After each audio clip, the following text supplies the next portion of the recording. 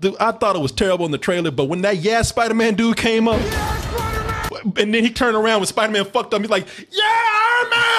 I was like, you bitch. You bitch. I laughed so hard at that. You goddamn traitor.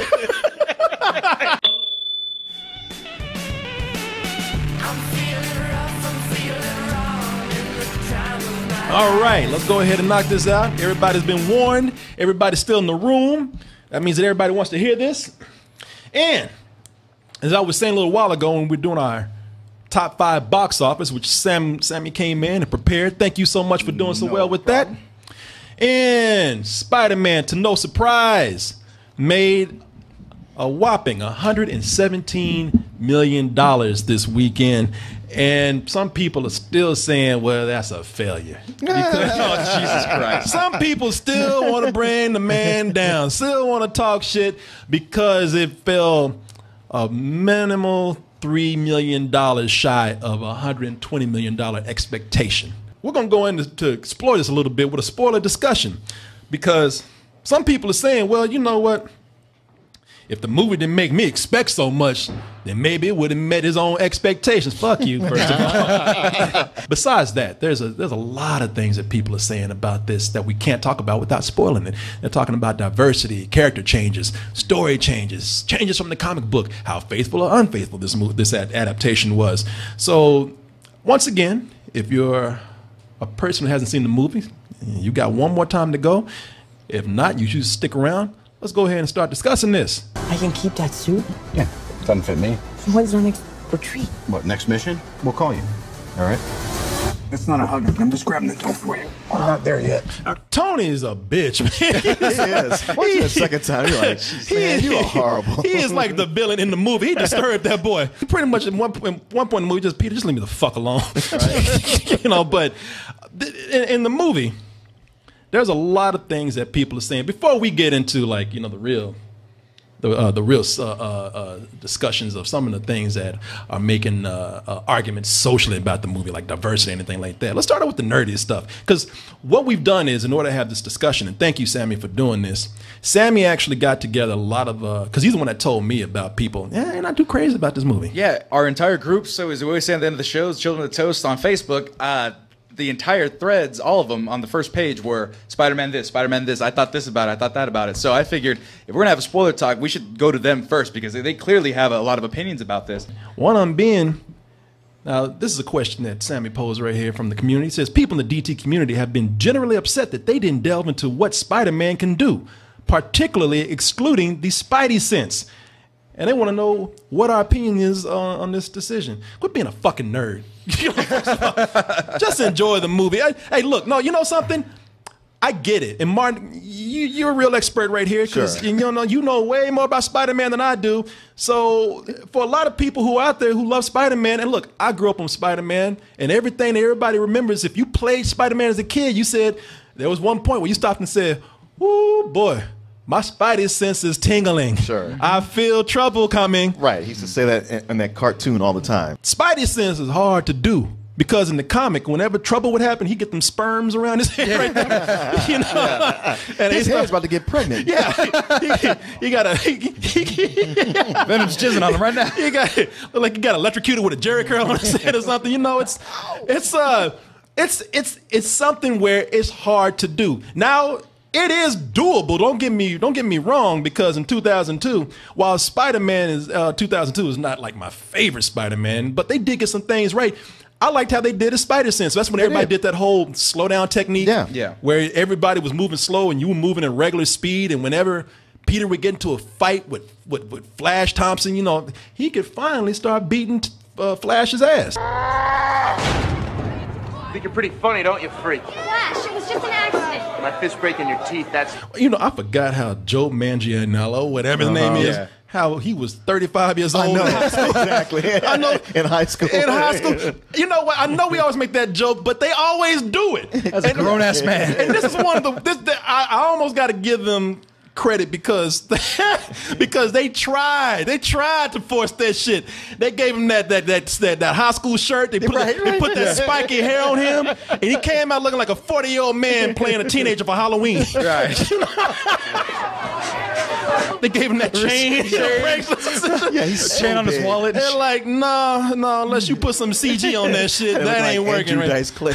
Yeah. Oh, I'm gonna beat your ass, Parker. Oh.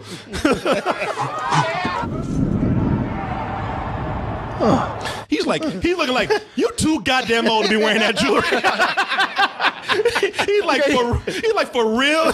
You supposed to be 18? Got that shit off the ceiling fan. Look at that. Your grandma can't turn the light off. Come on, man. My spidey sense says you too fucking old.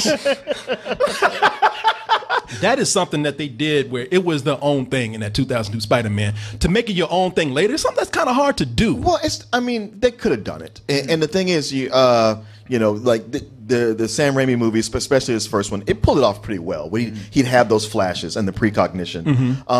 And even watching the new and Homecoming again today, I noticed the first time and even the second time how they don't stop the movie at any time to go like, oh, there's his spider sense. Yeah. But there are moments in there, especially when he's fighting, when I noticed he was using it, where something was coming from behind him. He just naturally ducked it. Hey, look, man, he can't have spidey sense in a fucking suit that does everything for him too. Right. You know, that's like, now that really would be cheating.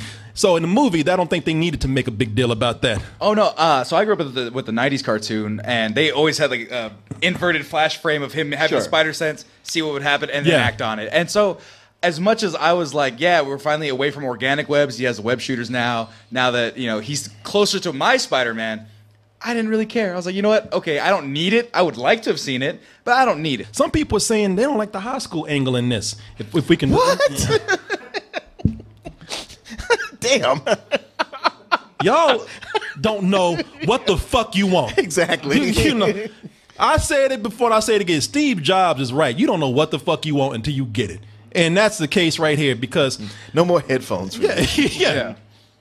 I wish I could take y'all spider privileges away from you because y'all don't deserve this shit. They gave you something and you're still complaining. Now my whole thing is that something. Let me ask you. You're the one who brought that to my attention. Right. Pissed me off. Why are people complaining about him being in high school? Well, a lot of it was that they said that it didn't serve a purpose to what he was doing. Like all the characters that were in the high school, they were just kind of there to be silly and be like, oh, he's a high schooler. Get it? Being in school, in a school for at least smarter kids, and still go out and be Spider-Man, like, why is it so tough? It shows you all that. Yeah, and you know something, with him being in high school, see, this is what pisses me off. Y'all said y'all want something different. Now, we showed you before. Last time he's hanging out in school with fucking 30-year-olds. Yeah. This is the first time. It's funny how something that should have been before feels fresh. He actually feels like he's in school with kids. He actually feels like these like these are. Let me see if I can find a picture of them. He actually feels like he's with real people his own age. And that is one of the reasons why it works with him being in high school. There's a lot of controversy about the diversity of these kids, and we can get into that in a little bit. But the thing is, they do feel like kids. And because of that, him being in high school, because of him discovering his powers, because of him feeling like a kid, we get a whole new take on somebody. It feels like like we are discovering these powers all over again with him. Sure. It gives us something fresh, but also gives us the classic because originally he was in high school. Right. Y'all don't know what the fuck you want. God, I feel bad. We got to hold your hand and break it down for you like this. Well, how come it's not happening in 1966? Yeah. Oh, God. Somebody, who said that? I don't know. I'm saying. Names. Brother, I have to thank you. Okay. Because I wasn't talking shit, but you educated me for a change. I'm just the messenger. What's going on? No, because you showed me something today that made me think, oh my God, this is taking it back to the classic. I thought I was talking some good shit the other day. Well, it's really cool to see Spider-Man in the suburbs. We ain't got no buildings. I was talking about how, you can't shoot them webs on anything. Oh my God, I noticed something really cool here and the movie's doing it. Oh my God, and I'm so smart. Turns out that shit went all the way back to the comics. Mm-hmm. Him being a kid, not knowing the fuck he's doing in the comics, he was in a neighborhood shooting blanks. Yeah, it was Toasty that put that up, by the way. I can't take credit for that. But yeah, someone said, yeah, he's throwing back. Big wheel. Yeah, there's even a little kid with a Jew talking about, want to buy my big wheel? You sorry motherfucker. You better start running. I know. Even that sign is telling him, stop, man, just stop. This is more classic than you knew. This is more classic than you knew. Now, I will say this, and this is where Martin and I are going to agree, just to let you know, I'm not coming in just loving Spider-Man and Marvel because it's Spider-Man and Marvel. Martin did bring it to my attention that one of the parts of the movie that I didn't like, and I don't have a clip here because, of course, it's a spoiler show and they didn't provide it, but the part where, near the end of the movie, for those who saw it, where the Vultures just got through beating the shit out of Peter, and then he brought a whole building down on him and took off to go do his more insidious deeds. Parker's left under all this rubble, and he's saying, I can't do this. I'm gone. I can't do this. I'll never get out of this situation. And then he hears the voice of Tony Stark. Get your ass up, Peter, whatever he said. You can do this, Peter. And if you're nothing without the suit, then you don't deserve the suit. That's right, because he didn't have the super suit then. Right. And he hears the voice of Tony. He's like, Tony's right. I can do this. Yes. And it was like, man, I have the power. I really hate movies where parts of movies where you hear the voiceover and a person gets this sudden surge of encouragement that gives them like extra adrenaline and power. Use the Force, Luke. Use the Force, Luke. But trust your feelings. Sit down, be humble.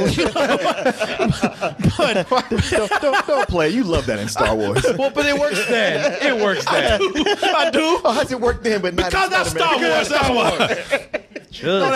Use the Force. I don't know why it's the singer from the Hobbit movie. But, get up, Luke. Be humble. But here, Martin brought it to my attention. He said, "But man, that's a classic moment in the movie. It's a very important moment in Spider-Man's history. In the comics. Yeah." In the comics, in the comics, he had the same thing. It wasn't Stark, but it was the voice of thinking like Uncle Ben. Yeah, he should start thinking about. He was ready to give up. All that stuff had him trapped, but he started thinking about everybody who loved him, and he was like having visions of him. And he that's when he showed his heart. He pulled it together and lifted all that shit up. I know he was stuck under there. Pigeons were shitting on him.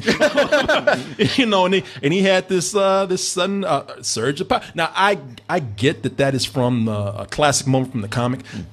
Even with you telling me that, still don't think it worked in the movie. I thought it worked fine. You tell me this. I don't know if it's the part where he's trapped. Is that from the comic where the Vulture first met him also? It may not be the first one, but I know it is the Vulture that did it. And I like that they brought in the Vulture and they brought in the Tinkerer in the movie. And they also introduced in the first comic together where the Vulture was introduced. And a lot of people don't remember, but that was the Tinkerer who was back there doing stuff for Tony. I really like that guy. I mean, not Tony, but Adrian Toomes, the Vulture, whatever. Let's go into another question that somebody has here. A few people have. They said, was there ever a time that in the comic books that Aunt May knew Peter was Spider-Man? And what do you think the repercussions are of the very last scene? They're talking about the last scene in the movie. Because people remember, it's funny, the last scene of the movie is Aunt May talking about, what the fuck? That's when she catches Peter. You said it was a time? Yeah, there was a time. Because you had decades of history where Aunt May was, she was always at death's door. He was like, I don't want to upset her, have her have a heart attack, and she would always like, that J. Jonah Jameson's right. That Spider-Man's a menace. I can't stand him. Don't you ever be around him. So he's like, well, shit. I guess I can't tell her. There was one time he had to fight really his worst enemy, his worse than Green Goblin, Dr. Octopus, Venom, and he beat him, but he was beat to shit. And he got back to his place, and he just laid out, took his mask off, and was just laying there, just trying to rest, knocked out. And the old Aunt May came in. Yeah, what the fuck? That pretty much was that. But instead of her saying what the fuck, she just looked at it like, said it to herself, shut the door, and then went out to the park to just think about it, and wrote him a long letter because she had all day to just contemplate this, and just wrote him a long letter saying like, I think back to all those times and all this, and I can't say I'm cool with it, but looking back, I understand. Yeah, and confronted him. She's like, this is gonna be a hard conversation, but I saw you, and I know what it's all about. And they made peace with it. Okay, you know what? I think the real question is that because you have the new Aunt May, it's not whether or not she found out who Peter Parker was. It's like I was more impressed with how many people want to fuck her, man. Oh yeah, they made it apparent in the movie. Yeah, that Asian dude got some rice pudding for you. Yeah, when that Asian dude came out, and look, I'm not making an Asian thing. It's just a rapey kind of thing. Cause that dude came out, and he came out with the creepiest face. You spot something like that happening, you turn and you run the other way. Yeah, of course. 6 blocks away from us. Swoop! You know, he can't. He's the Vulture. You see how he came? That hair whipped around like wings and shit. Yeah, and the funny thing is, when he gives it to her, look at when he gives her the free meal or the free dessert. Look at how he's looking at her. Well, we didn't order that. It's on the house. He's looking at her like, it's on the house. Yeah, and look at that face right there. I'm like, I wouldn't accept anything from that dude. You know, he just got through jacking off in her dishwasher.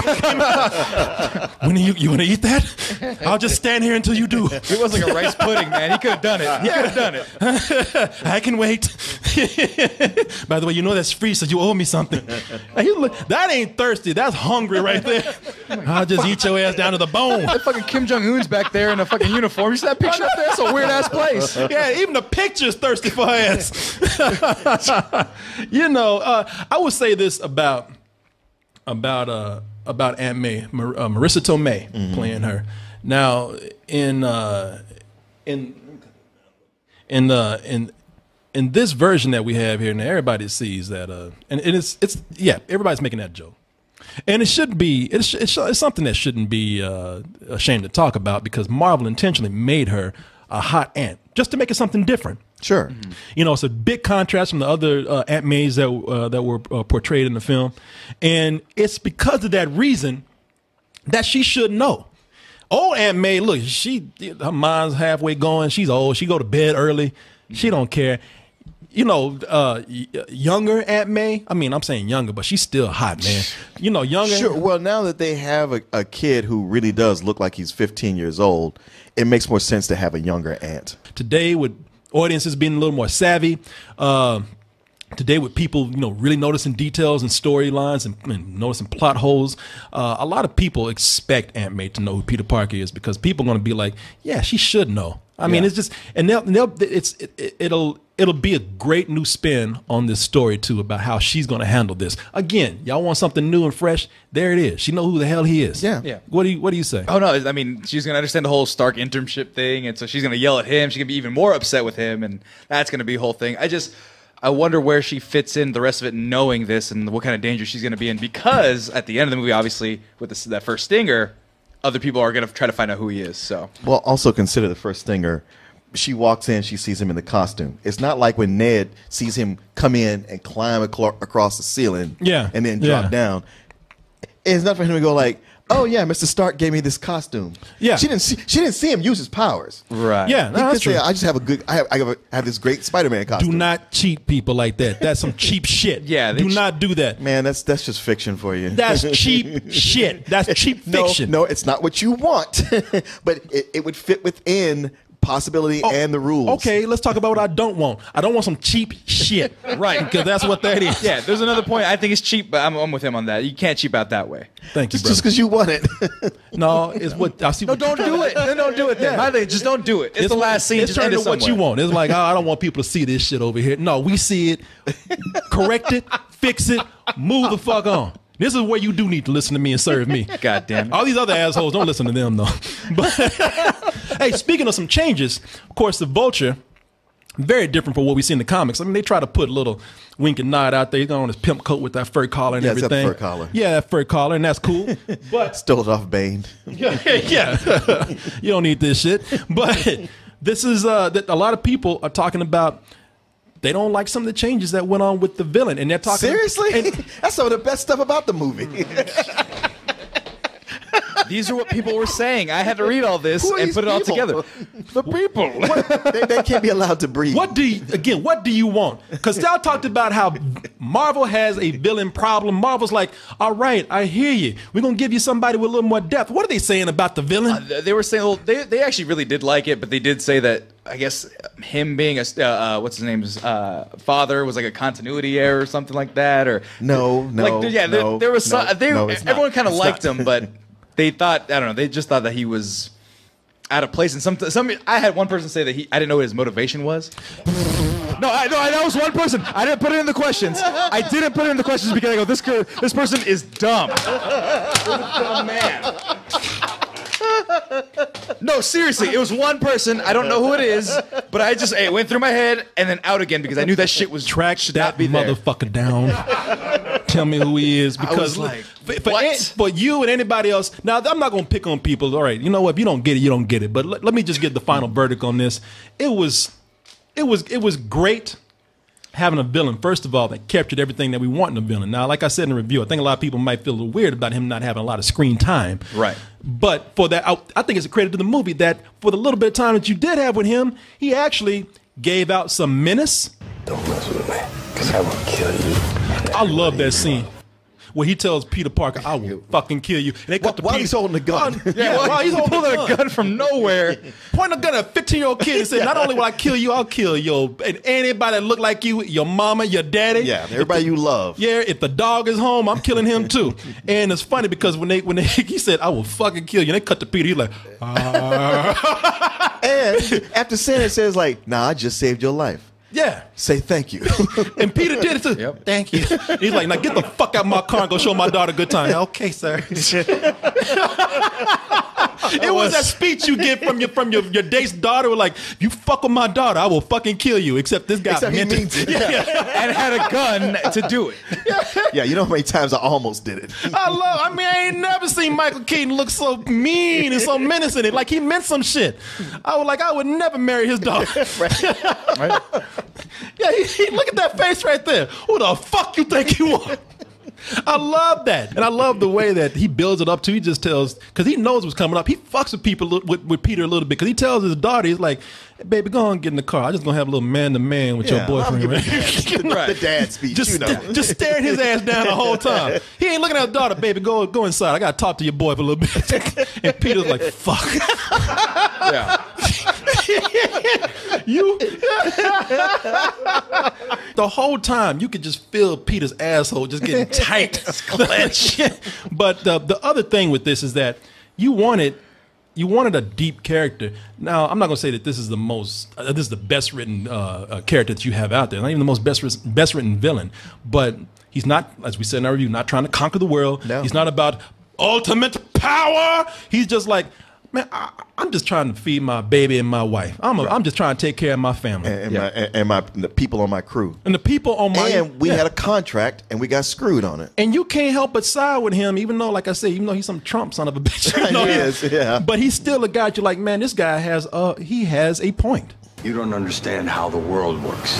The Vulture does corrupt things in order to fight what he sees as corruption. He thinks to himself, and they all have theirs. Where's mine? You know, it works in so many ways. Y'all not looking deep enough if you really got something against this, because as we were saying, not only does it work at making him like this blue collar guy who is just like anybody else, trying to get by out there, but also it does say, all right, whether you hate me or not, you got to admit, Tony Stark's a motherfucker, man.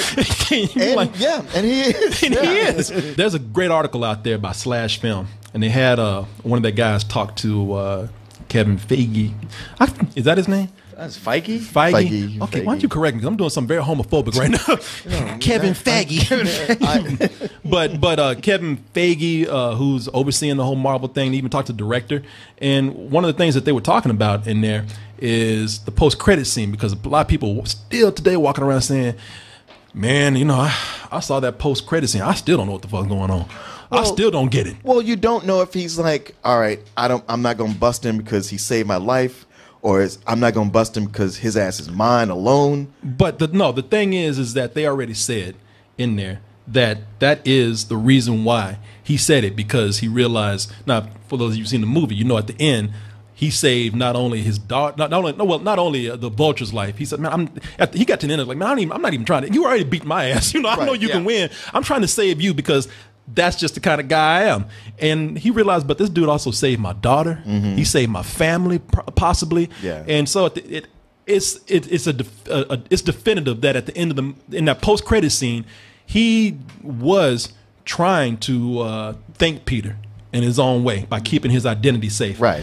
This article, I heard this theory before, but this article says, yeah, and this is from Kevin Feige. He says, pretty much, I'm not going to read the whole thing, but in the Slash Film article, he says that this is a different post-credit scene where we're not trying to we're not trying to tease anything or push anything. It's just something that where it's another part of the story where Adrian Toomes said, yeah, that's my thank you. I ain't gonna write you no letter. I ain't gonna do anything for you, but I appreciate it. I'm showing that by keeping silent.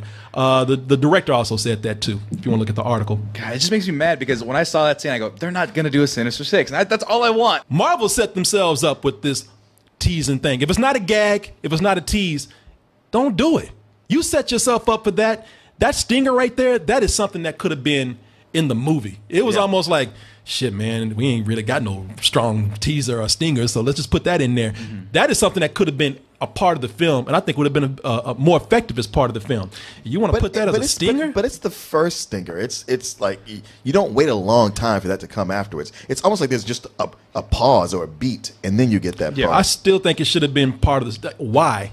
Exactly why do it? That's the biggest question. I don't see any reason to put it as a if it's part of the story and it develops character, why take a few minutes to put it as a stinger? That doesn't make any sense to me. I think, like I said, either they're going to tease that they're going to do the Sinister Six or they're not. And I think this gives them a chance to do both because if the deal doesn't go through with Sony, because Sony has the rights to it, so if someone sees that and says, oh yeah, that's what I want to see Scorpion, I want to see Ryan, I want to see Doc Ock, then they go, all right, we have the chips, we made you $1 billion right here, give us the rights again so we can do this movie right. It gives you that second showcase of the Scorpion because you see him in earlier and it could be just like, oh, we're just doing a name check. Right. But seeing it this second time, that's more like, all right, Scorpion is totally set up to be in the next or one of the you know what movies. I will say that is I think it's a weak setup. I don't think it was necessary if you're not going to do anything strong, but I will say that it does set up something with the Scorpion. You saw the Scorpion on that guy's neck, and his name's Matt Gargan. Well, I didn't know Matt Gargan's a Scorpion's name. Yeah, I didn't know his name. So when I saw this, I even missed the Scorpion tattoo. I mean, that's how much I wasn't paying attention to the dude. So. And you saw that guy earlier in the movie where he was one of the henchmen for the Vulture. They maybe he's trying to do a deal with. Who was that? Michael Mando. From, Michael Mando, Orphan right Black there. And Better Call Saul. Yeah. Who's got his blue steel look going on right there. Let me find a better picture from that. We get this picture right here where if you look close, I have like 7 cousins that look like that. Man, he is sweating hard under here. It's almost like somebody took a picture of him and be like, fuck, I forgot to put on my deodorant today. So I hope they Photoshop this shit out right here. But he's, I like the way they set it up with him, maybe, as part of the Scorpion. I even think that it's funny that people even got mad about, not a lot, and I'm not even picking here. Just a handful of people. They saw that last scene with Captain America. Oh, geez. And again, I think it was funny. If y'all need a refresher, it was in the movie he was doing those PSAs for school, all those those videos. Like gym class, and at the end he comes out where he looks like he's filming another one about patience, and that's at the end of the movie. Hey, look, if you said "fuck you, Captain America" for making me sit, I'm not gonna be mad at you. That's the point. The point. Yeah. Come on, I'm gonna laugh at you for letting Captain America fuck with you like that. And man, those PSAs, I don't find Hannibal Buress funny, to be honest. But that line he said to me, he was like, "Yeah, watch this by Captain America. I'm pretty sure he's a war criminal now." I cracked up. I was like, "God dang." Yeah, no, I was cracking up too, man. Well, it's just even funny the way it's set up to where Cap is like, well, your gym teacher here, and Hannibal Buress is on the other side of the TV. Yeah, no, I love that too. Here's another one. What are your thoughts behind the reveal of Michelle? Michelle, yeah, her character was Michelle. The actress name is Zendaya, being this universe's MJ for what's her name? Mary Jane. Mary Jane. For those of you who thought Michael Jackson, no. She said, did you enjoy the take on this character? And she really Mary Jane? Well, she think that she is whatever they make them. Exactly. I thought it was a great way of fucking with everybody who lost their shit when they thought she was going to be Mary Jane. Well, that's the funny thing, because there she is right there, and they showed these pictures of her. Now, what they did was a while back, they put out pictures of her where she was. They were promoting it. They were promoting it hard, where she was taking pictures with dyed red hair, next to pictures of Mary Jane. Yeah. And Marvel got these fanboys all riled up. What's this black chick doing playing Mary Jane? Hey, guy, and then Marvel pulled back and said, hey, you know what? We just playing. Her name's Michelle. Don't worry. Yeah, don't worry. Her name's Michelle. And then everybody saw her as being this creepy ass goth chick. And they were like, okay, that's more our speed right there. As long as if she's black and creepy, we fine with that. If she's black and Mary Jane, no. And you know what? In the movie, I had no complaints with her being the character that she was, because I thought she was one of the things that was a big highlight of the film for me, just because some of her comedic lines and timing was really good. What are you hiding, Peter?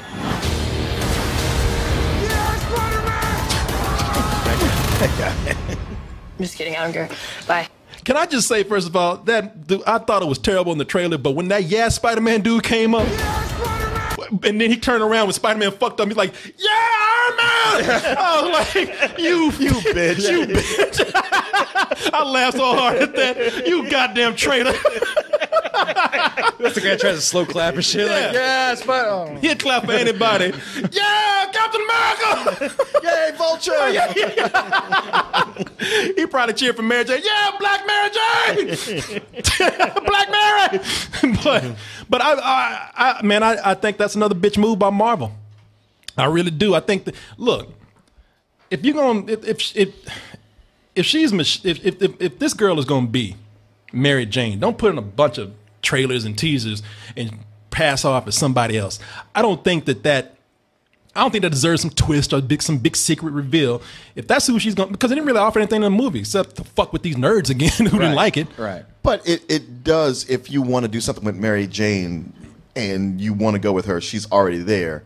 But having her be Mary Jane right off the bat in this movie would have put undue focus on her. I don't know about that. I think that, my opinion, Marvel should have just announced her as Mary Jane. But she's not. Her name's Michelle. They might not even have her back or play Mary Jane. They said some shit at the end where they said they indicated. So either she's one person or the other. Don't cross those fucking screens. Right, and I guess the excuse that Feige gave was that he wanted to set up that similar relationship of MJ, to Peter Parker. But for me, like, I was with you. I'm just like, commit.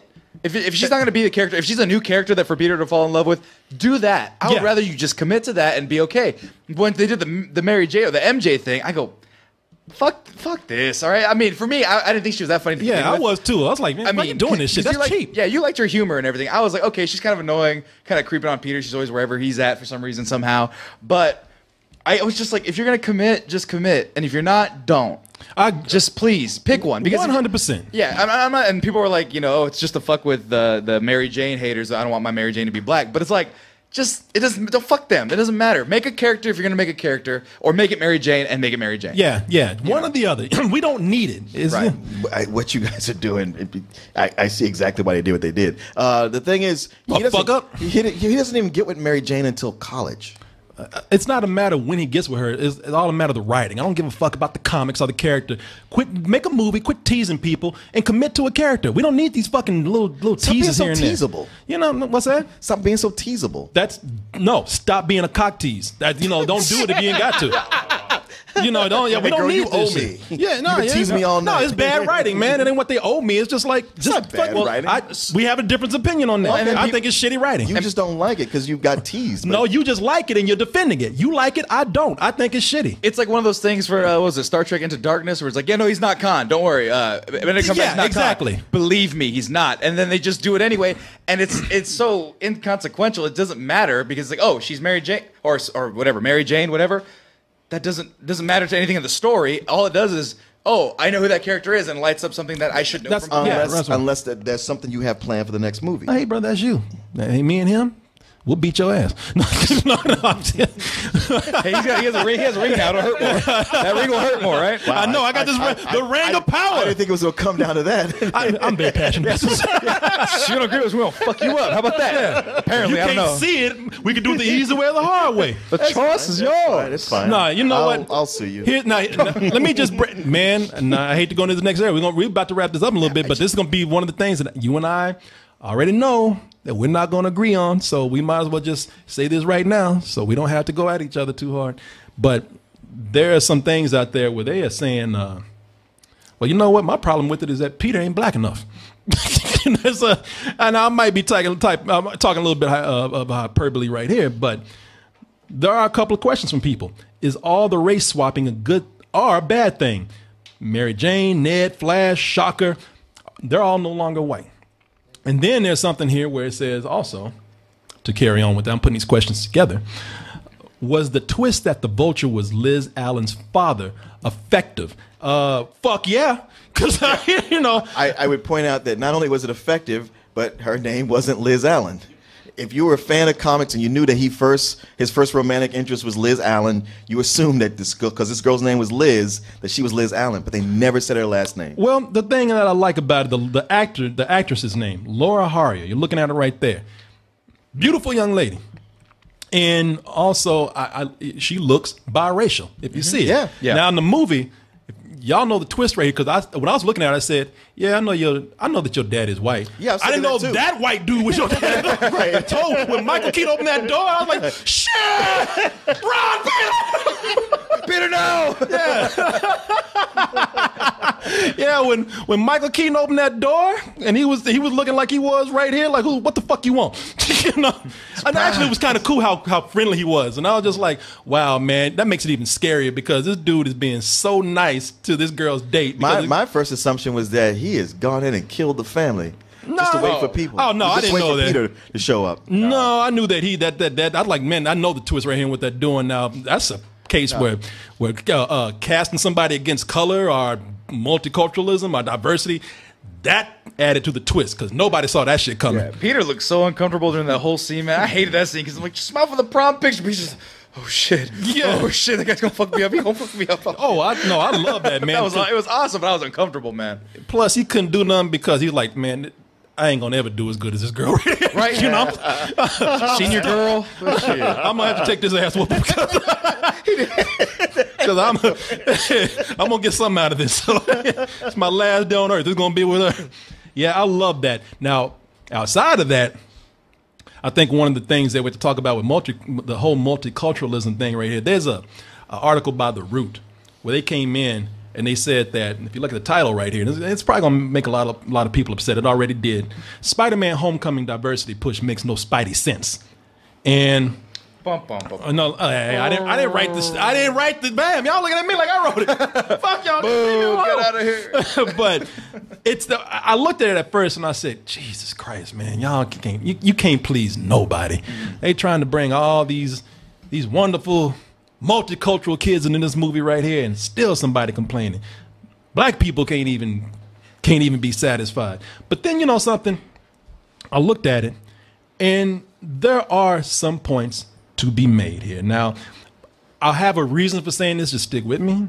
Y'all listen to me. But Ned, they said, well, first of all, I mean, if you read the article and don't have a knee-jerk reaction to it, they first said, Ed, man, you know, Ed is cool. Ned. No, I mean, sorry, Ned. Ned is cool, but, you know, we're going to that tradition of not only having an Asian sidekick, but also having an Asian sidekick who happens to be the tech guy. Can you spit venom? You have any idea? No. Can you summon an army of spiders? No, Ned. Do you know him too? He stole his shield. But then he beat me up.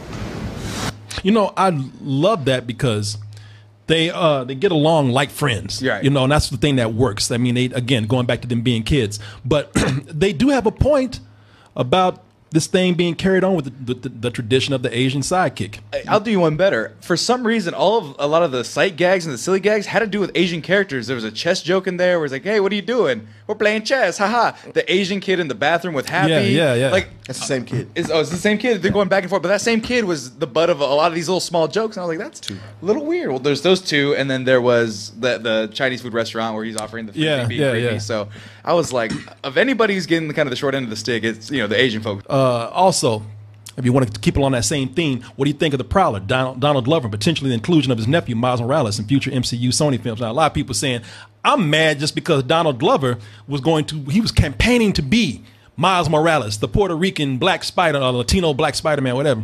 And they were saying, you know, that dude, for those who are really complaining, that dude should have been given a fair shot. He should have been at least gone into to audition for this. But now you cast him as Miles Morales' uncle in there, which, hey, look, that's a good thing, which we'll come back to. But the other thing with Donald Glover, at this point, they want to take it to high school, and we're talking about how high school is a thing that helps with this. Donald Glover don't look like this no more. He don't look like, he don't look like he's 12 anymore. And that's what happens a lot of times. A famous actor will be the inspiration for a character, but by the time the movie gets made, that actor's too old. Like Sting was the original inspiration for John Constantine. Yeah.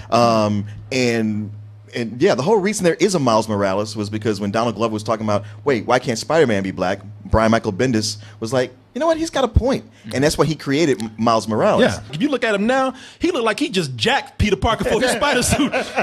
You know, what size is that suit? Mine. You know, so I'm like, nah, that's not going to work. And it's cool that they put him in the movie as the Prowler. As the Prowler. Aaron, what's his name? Aaron Davis. Who was right now? Even the character right there looking like, damn, you put Donald Glover as me? Yeah. He's like, was Idris Elba busy that day? Right. Shit, he's like, I'll take the Allstate insurance, man. You know? But Donald Glover, really? But are you in good hands? Yeah. Are you Spider-Man? But you know, I at least it gives people hope that maybe somewhere down the line that's not just the Easter egg, right? Sure. But that might actually give hope of a black Spider-Man coming along at some time. They got to do something after Infinity War, so with the problem. This is a movie that seemed like it was trying. And a lot of these problems, you just see Hollywood in general doing this. Right. And I think that it's a bigger problem than just this movie. This movie should be held accountable, or it shouldn't be given a pass. But let's just admit that the movie at least is trying, and maybe it's carrying some of the same traditions of thinking you're being diverse, but you're not. But I know that this movie had its heart in the right place for doing this. Finally, the last thing is. Oh, see, we didn't argue. With the Avengers leaving New York City, does that clear more room for the Spider-Man villains in New York? New York City, that is. Potentially with Oscorp and other villains taking over New York City. Yeah, you goddamn right it will. New York, it's a miracle that New York still exists. Exactly. Right. In this universe. New York can't handle all of these villains that they have here. for the Avengers anyway. For the Avengers. Let me see if I can find a picture right here. Well, it seems to establish that the Avengers are moving upstate because they're like, well, all this crime that happens with these low-level villains that affect people, other people can handle that. We're just here for things that are going to end the world. New York can't have all them superheroes and villains in it. New York would sink. Look, these are all Spider-Man's villains right here. That's what I'm saying. That's enough to destroy 2 countries right there. Yeah. Much less a fucking city. I mean, some of these are, going to other places. I love Morbius, the living vampire, just pointing like Donald Sutherland. Yeah. Oh, you know what? No, I love the Hobgoblin. Like, Rocco! Spider-Man! I made it, baby! He's like, you got the Hobgoblin like, I love cocaine! His eyes are clenched too. That motherfucker's rocking out. Are you ready for Spider-Man? Fuck yeah! Like everyone's got their cool poses. He's just like, I'm fucking glad to be here. Yeah. Yeah, that's enough. That's enough to tear New York City up by itself. So yeah, it makes sense for them to go. And you know what? With what they've done with Spider-Man, and now that it's a hit, maybe they can come in and make some corrections, at least what I feel. And Martin's going to tell you, this is what you want. Yes, it is what I want. Everybody has their own biases and wants, and I have mine. We all know that the Green Goblin is probably the iconic villain for Spider-Man. It's a toss-up between him and Dr. Octopus. Right. Yeah, I'll give you that. Yeah. I would say that before the Spider-Man movie, the Sam Raimi one, it was Doc Ock for me. One of the things I didn't like about Spider-Man 2002, I hated that costume. I really did. Oh, the Power Ranger costume? Yeah. Yeah. Godspeed, Spider-Man. Well, I think everybody was in agreement on that. Yeah, and you know what? What's even there's a chance that they could get this. Like I said, just my opinion, but a lot of people don't like that version. They want something that's probably closer to the original. And to the movie's credit, the 2002, they did try. Did you ever see that test that they did with the Green Goblin mask? No, I don't think I did. It was amazing, and the reason why the crew didn't do it, and the reason the movie didn't go with it, one, the animatronics were just really complicated and heavy. Yeah. But the other thing is that the crew said it just scares the fuck out of us. Oh, damn. Yeah. But that's all the reason to do it. Right. No, yeah. And if you look at the video, the animatronics that they did with that, a lot of people have seen this video and thought it has to be some CG in there somewhere. They got an amazing range of emotions through old-time animatronics. You're sad, and then you look up and smile wickedly.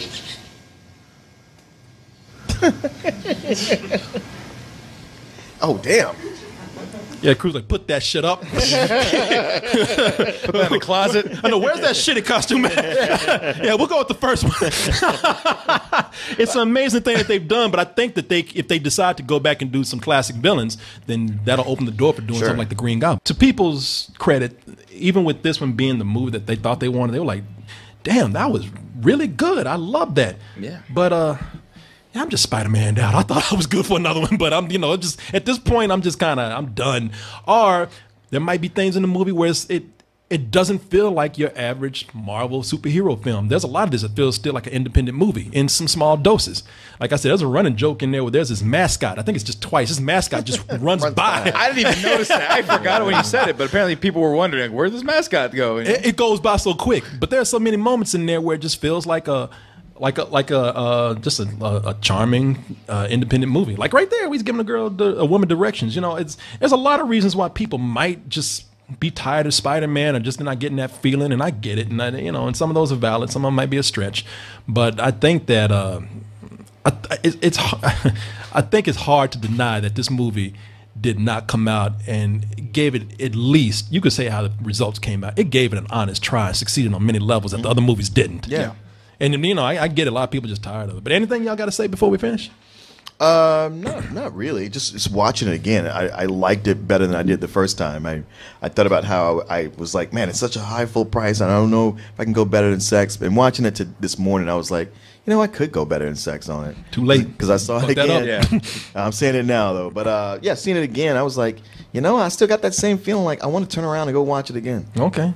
And how you saw it for the first time on Friday? Yeah, on Friday. How'd you feel about it? Oh, I liked it. I was a little tired, so I probably needed to see it again. But I was mad that there was no Bonesaw. That's what I wanted from 2002. Remember Macho Man Randy Savage? Oh, yeah. I wanted that character. Get down here. Bonesaw is here. Was it 8 times over?